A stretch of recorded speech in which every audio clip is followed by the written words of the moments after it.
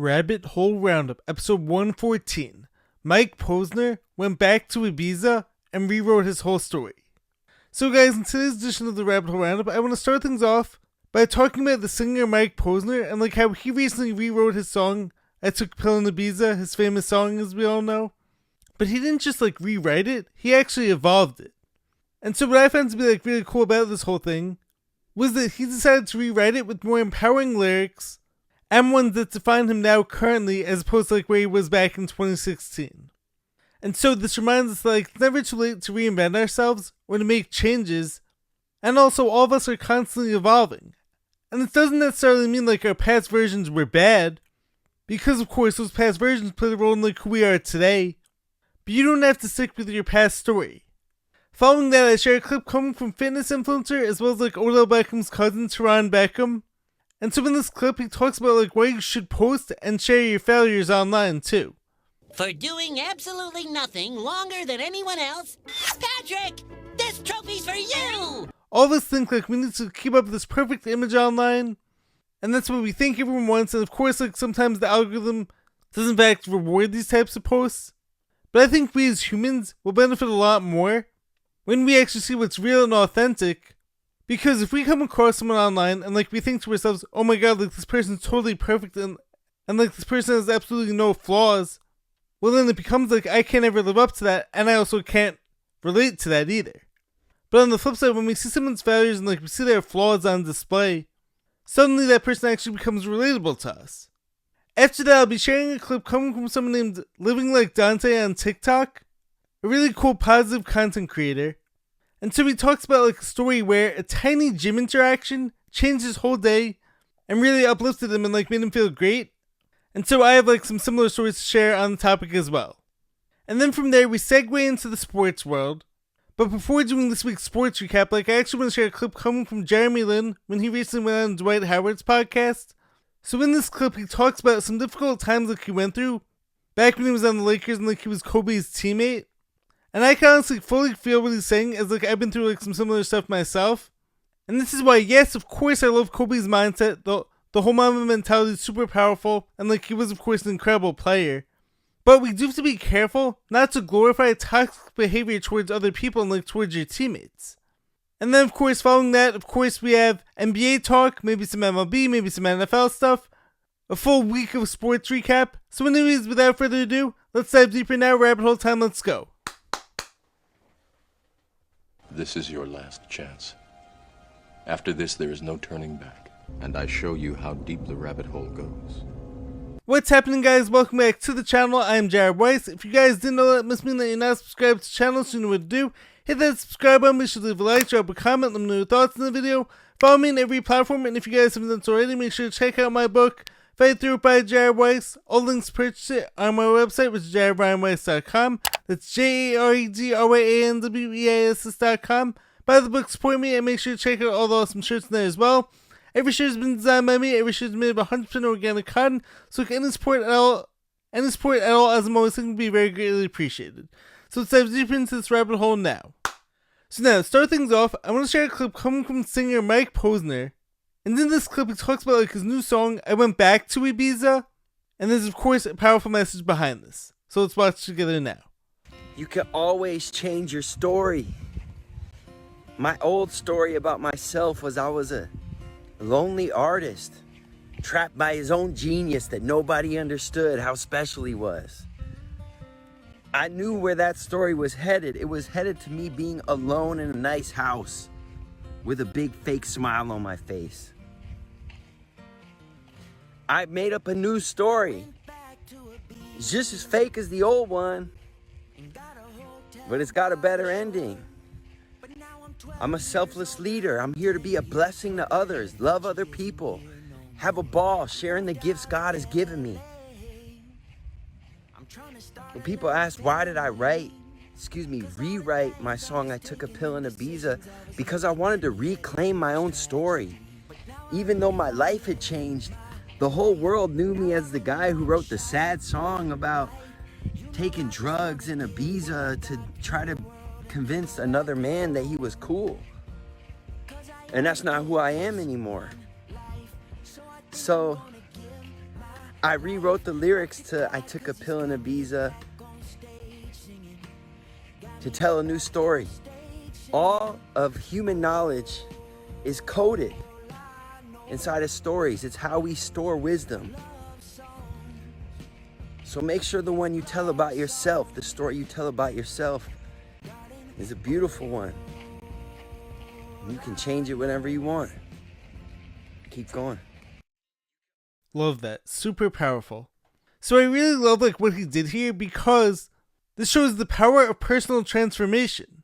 So Mike, of course, had the super well-known song, I Took a Pill in Ibiza, but he realized those lyrics don't define him anymore.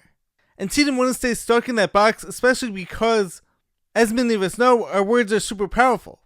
But he didn't just take that song down totally and get rid of it. It's not like he got rid of the old version from every single platform out there. But in order to show his growth as a person, he rewrote that song with the current set of lyrics that feel more empowering and more him. And truthfully, we're always evolving, as we all should be. And I've spoken about this with my book Fight Through It, which of course I released a year and a half ago. And I of course love the book. I'm extremely proud of it. And I'm planning on rereading it every year. Even if it takes forever! And I'm actually currently reading it right now. But even with that just being a year and a half ago, there's still some things I'll read, and I'll be I probably would have said this differently now. Or maybe I would add this for context, and of course it's all okay. It does not make that book bad by any means. Because of course that was exactly how I was feeling when I was writing it. But it doesn't mean I'm confined to everything I wrote in there now. It captured everything I was feeling while I was writing it. And of course, just to reiterate, I do in fact love it, and I wouldn't have it any other way. And I do hope all you guys read it and purchase it for yourselves too. But now getting back to Mike Posner, we're always evolving as people. And so by Mike choosing to rewrite his most popular song, he's showing us it's never too late to reinvent ourselves as people. I can learn to play frolf. You mean golf? Frolf! Frisbee golf, Jerry! Now I am in fact super glad when it came to my book, nothing too drastically has changed between then and now. But especially when it comes to the song I Took a Pill in Ibiza and then rewritten as I Went Back to Ibiza. But the original song was all about taking drugs to show Avicii I was cool. And then of course the line, all I know are sad songs, sad songs. But now it's I Went Back to Ibiza and there's all these empowering lines. And he's doing all these great things now, he's starting up a family. And all he knows now are love songs. And so what served you in the past might not serve you anymore now. And so the onus becomes on you to let all that stuff go.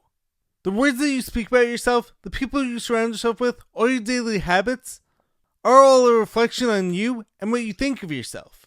And so if all those things aren't helping you anymore, and aren't making you happy and are no longer serving your larger purpose, it's in your power and it becomes your responsibility to change all those things. What happened in the past is the past, but what are you choosing for right now? It's the famous quote goes, where you're not changing, you're choosing. Next up, I want to share a clip coming from fitness influencer Terron Beckham, who just so happens to be Odell Beckham's cousin. And so this post is all about why you should share your failures. Let's watch together now. Hey, Big Bro here. It's okay to share your failures. I think a lot of people really see sharing their failures as, a weakness, or they need to keep a mindset of being Superman in front of people, and you really don't.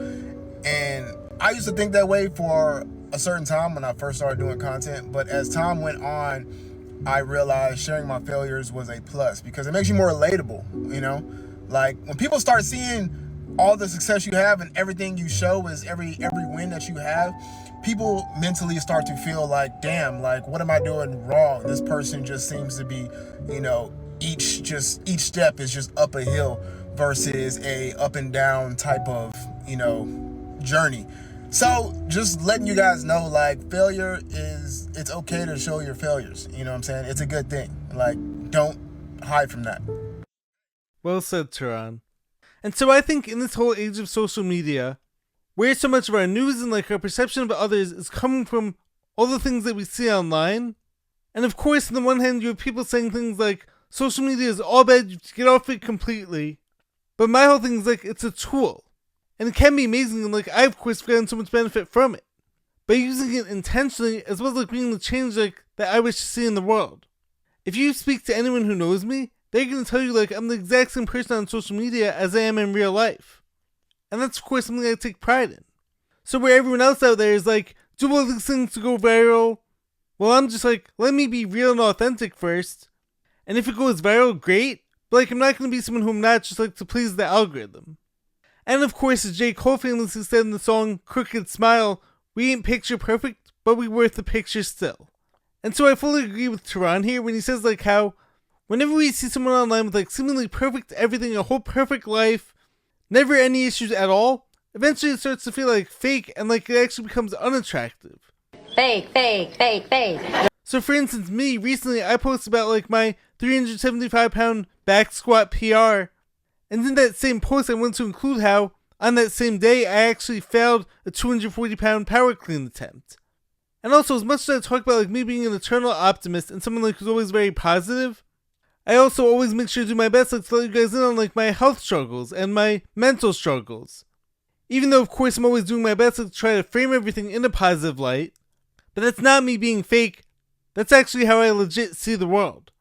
And so we all know the person who seemingly has the perfect relationship, perfect kids, perfect friends, perfect house, perfect car.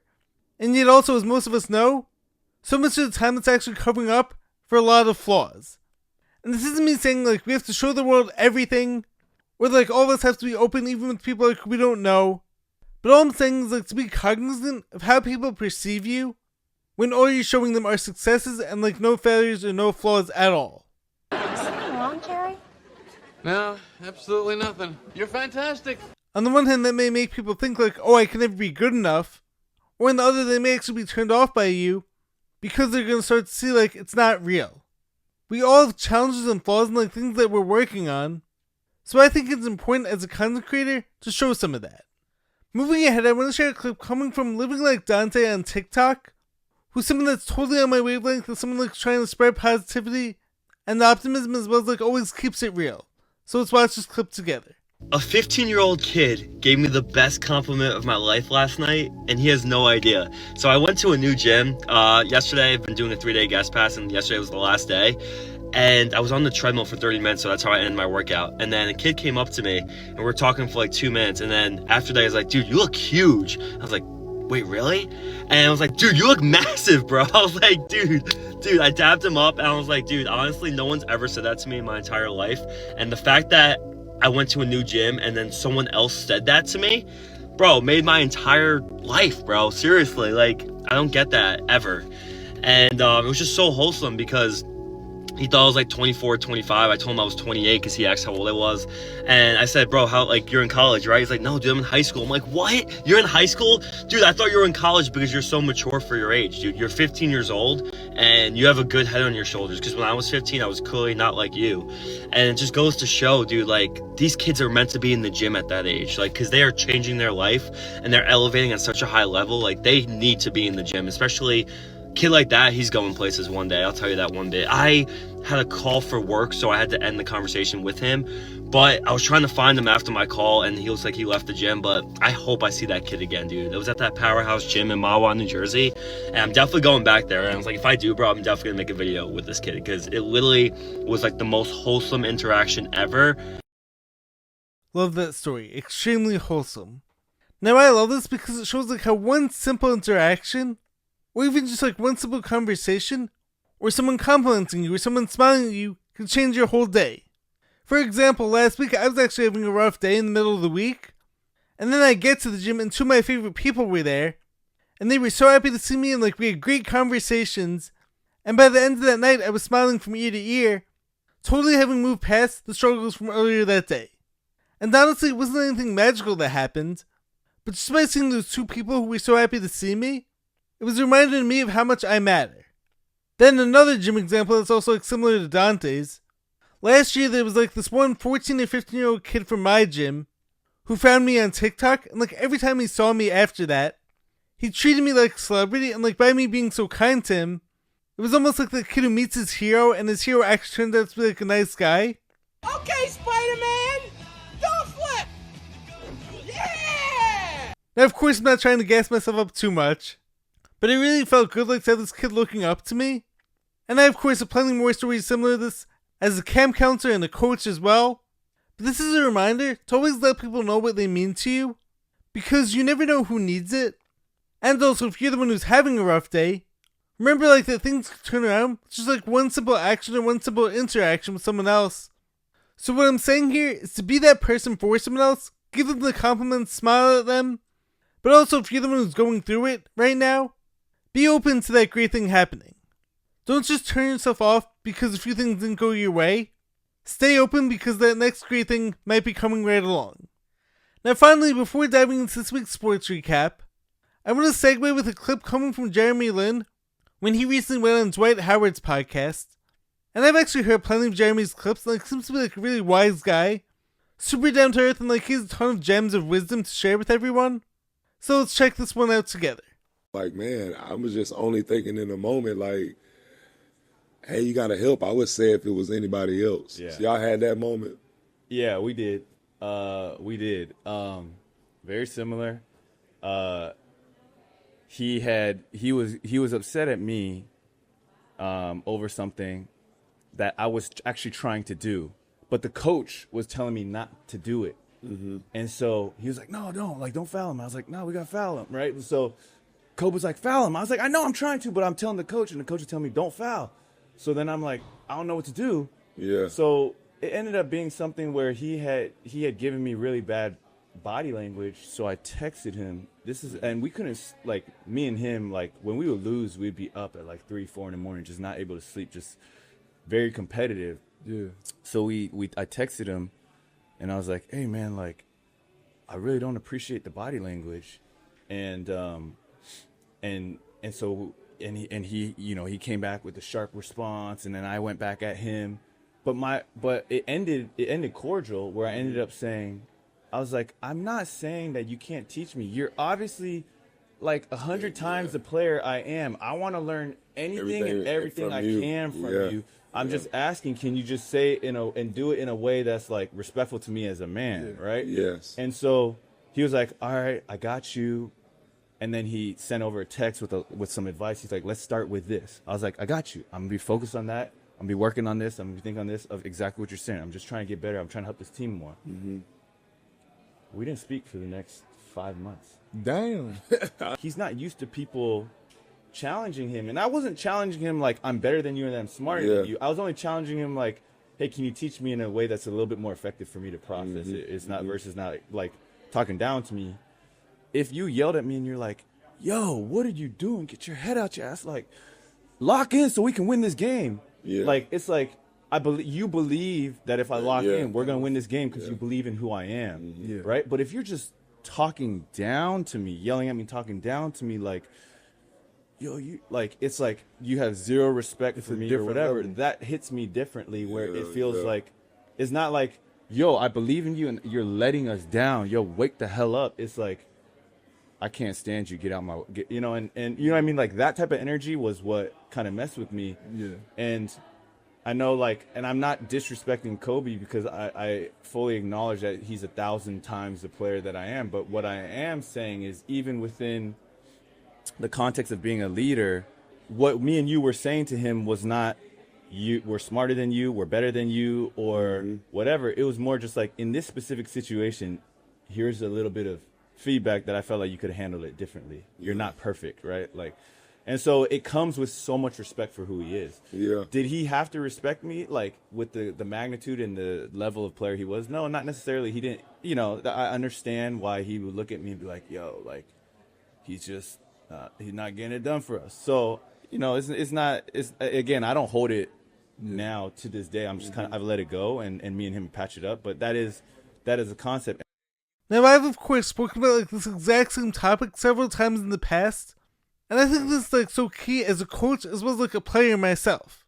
Now, being someone who's always been very sensitive, I know what it feels like to have teammates who are jerks and who create a whole toxic environment. And when you're someone who plays based on confidence, if you have a teammate or a coach who speaks down to you and treats you like dirt and demeans you, it's going to be super tough to perform at your best. And this is also why a line I've referred to several times in the past now is how Coach Bill Parcells used to always say, know your personnel. Not every teammate and every player is going to respond to the same coaching and leadership the same way. So yes, one player out there may need like more hardcore, brute force, encouragement. I only want winners out on the field.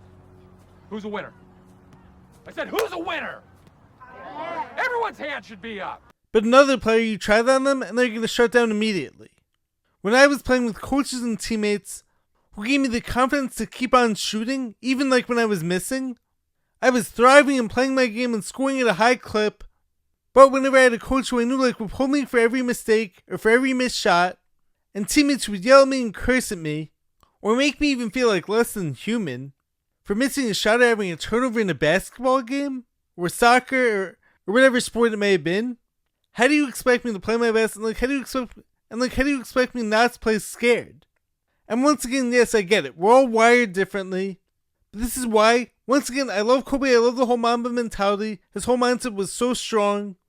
But I caution against it sometimes too, because he wasn't someone without flaws. And one of those big flaws being how he treated his teammates. And just because like seeing the results and like how it works sometimes, doesn't mean like we should all strive to be like that. And I think if all of us are trying to be like that, we're going to alienate a lot of people. So I'm really glad that like Jeremy shared this story. And this is why like all the teams who I've coached, all the players love me. And you're not going to hear like any teammate ever saying like that I was toxic towards them. Because I'm always making the effort to understand my players and make them feel valued as people and as players.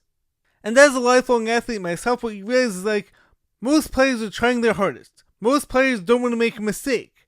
Most players want to make the right plays and like are hard enough on themselves as is. So we don't then need to feel like our teammates are judging us for every mistake. Or have a coach who treats us like dirt. It's not helpful.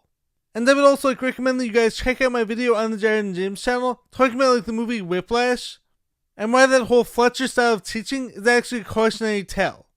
I believe that like if you believe in people and you tell them to keep their heads up, you remind them their worth doesn't just come from like one play or how they play in sports, but who they are as people, and you get them to give a full effort every time, well then you're going to get the most out of them and you're going to build them up instead of tearing them down. And once again, there is some nuance here, of course, but the main takeaway I want you guys to have is that one coaching style or one teammate or leadership style definitely does not fit all. And I think a lot of this whole yell at them, make them cry, everyone's become too soft culture style of coaching, and make everyone feel bad about themselves like for every mistake, is an outdated lie that doesn't serve anyone or help them play at their best. And of course it's possible to be encouraging in a forceful way, but know your personnel, get to know like what works for each player, or worker, etc., and you're going to be way better off. Anyways, on to this week's sports recap, let's go now.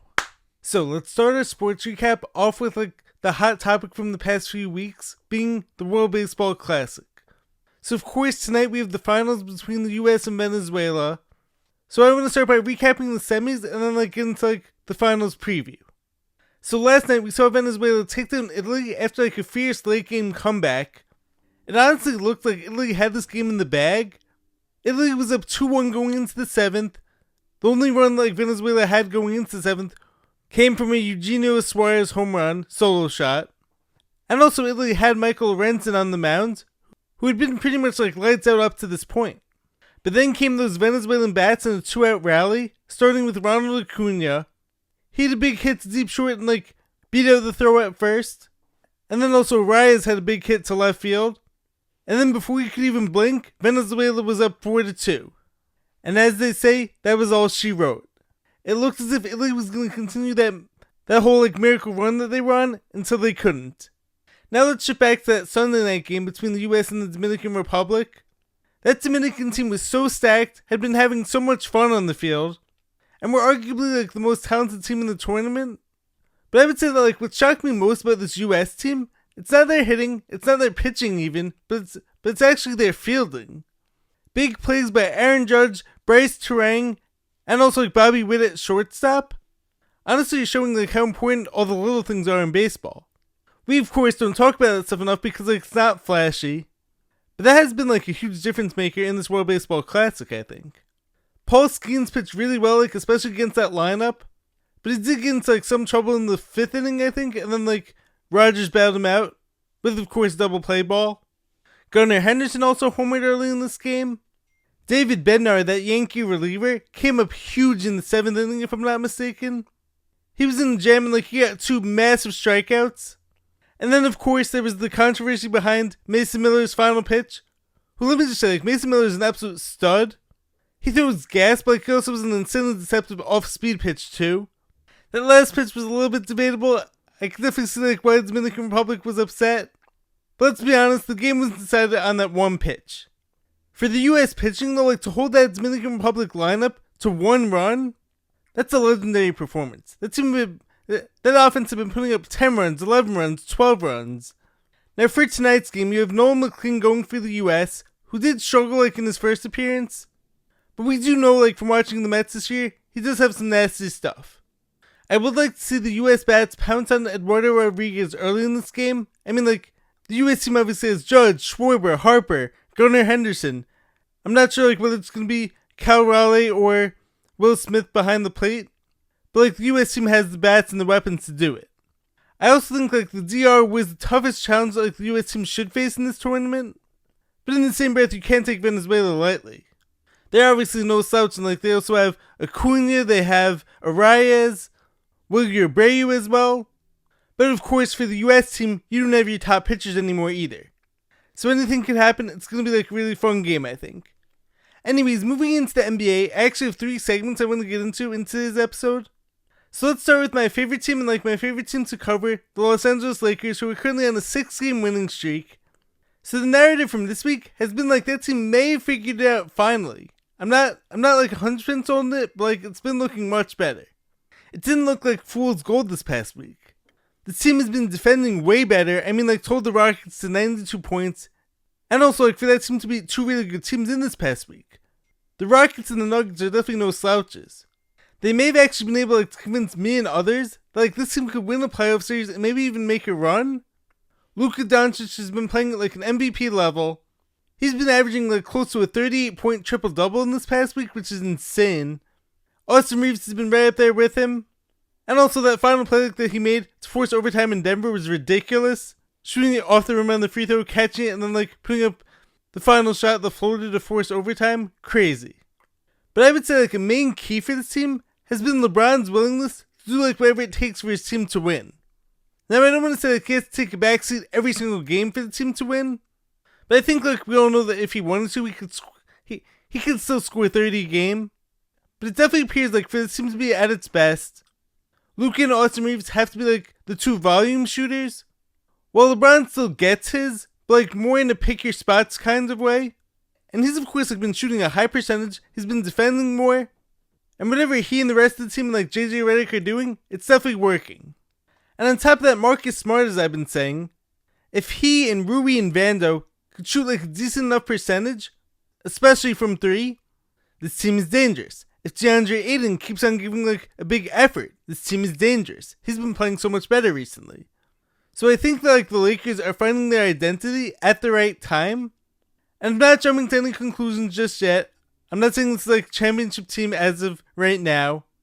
But I'm definitely excited by what I'm seeing recently. It's definitely a lot to build on. Now next, but I haven't done any full MVP ladder recently. So I want to give the 5-man MVP race as far as I see it right now. I'm saying at number 5 you have Kawhi Leonard on the Clippers. What he's been doing this year with the Clippers team who it appeared gave up at the trade deadline, he's found a resurgence, averaging 28 a game, and he put up 45 on 16 of 20 shooting against the Timberwolves last week. And of course he's still doing it at both ends of the floor. I think he's a legit MVP candidate. And if you're not saying that, you're denying how impressive what he's doing with his team right now is. And on top of that, the Clippers team was falling apart at the start of the year. The team started off the year 6-21, and now the team is currently at 500. Number 4, I was saying Cade Cunningham was probably the MVP frontrunner as of a week or 2 ago, but he's actually fallen back a little bit just because the Pistons team has been struggling recently. So we can get it back. There's still enough time to do that. He's still putting up crazy numbers, but if that team gets passed by the Celtics in the Eastern Conference, then maybe you could also make the argument Jaylen Brown belongs in there too. But anyways, I'm putting those guys at 6 or 7. Sorry I had to say it. So if I had to choose number 4 right now, I'm actually going with Luka Doncic. He's elevated himself to that spot in recent weeks. due of course to the Lakers' recent success, and he had a 51-point near triple-double last week. He's also of course the league leader in scoring at the moment, and the Lakers currently own a 3 seed. Number 3 on the MVP ladder, I'm going with Wemby. What he does on both ends of the floor every night is insane. I mean, guys are actually avoiding coming into the paint just because of his mere presence and his length on defense. And the Spurs recently been on a roll. That team is 18-2 in their last 20 games. He's also unlocking new parts of his game constantly, and his numbers of course speak for themselves. And of course the top 2, which I think are interchangeable at the moment, it's looking like we're back to Shea and Jokic. I personally like Jokic's game better. I'm not a fan of the whole foul baiting and the whole foul merchant stuff. He's of course just taking advantage of a generous whistle he gets, but I also don't have to like it. Now of course, Shea breaking that 20-point game streak that was previously held by Wilt Chamberlain is insane, and the ease that Shea scores with, aside from all the foul baiting, is super impressive, and his team is very successful. But as I've been saying for the past few years, without Jokic, where is Denver? Are they even a playoff team still? What he does on a nightly basis and all of his numbers, I think all of us take for granted too much. And now finally, after what Bam Adebayo did last week, scoring 83 points in the game against the Wizards, this brings up an interesting question, which is, can someone out there possibly break Wilt Chamberlain's 100-point game? I mean, up to this point, we'd only really seen Kobe Bryant go for 81, and it almost seemed mythical. And some people out there have, of course, called Wilt's 100-point game a myth too, because there's no footage of it. But it definitely makes you wonder, are there any current NBA players who could go for 100 in their game? So I would have to say, it would have to be a volume shooter, of course. Someone who shoots and makes a lot of threes, and clearly gets to the free throw line a bunch too. In recent years, we saw Devin Booker go for 70, I think it was. Embiid put up 70 plus. Luka put up 73. Now I think that in LeBron's prime, if he really wanted to, he could have done it. But he's also too unselfish of a player. If Steph Curry gets hot against the Wizards team, I'm not sure if he goes to the free throw line enough. But can he maybe make 23 pointers? Also give him a few drives and maybe 10 to 15 free throws? Can it be done? KD? Maybe. I'm not sure if he takes enough shots currently, but if you did give him enough shots, could he do it? Probably. And the thing is, truthfully, if you give any of these guys 50 shots in the game, a few of them probably could do it. I'm not saying it would be easy, but if you give them 50 shots, a few of them could probably do it. But if I had to pick one guy in today's NBA who could possibly do it, I would have to go with Luka Doncic. The ease with which he scores, the amount of free throws he takes also, which of course are essential slowing things down. I guess his one downfall would be does he play at too slow of a pace to do it? But it's when he goes for 50, it seems effortless. You look up at the scoreboard and you're this guy has 50 points. He, along with KD and Carmelo Anthony, could be the most effortless scorers of all time, I would say. So I'm not sure, but do you think any of those guys could do it? Let me know your thoughts in the comments below. Anyways, let's get back to finish the video now. Anyways, that's the video. Hope you guys enjoyed it. Hope you guys learned something. If you guys liked what you heard, make sure to leave a like, drop a comment, subscribe to the channel. I will catch you guys next time. Stay positive, stay hustling, stay grinding. Catch you next time. Peace.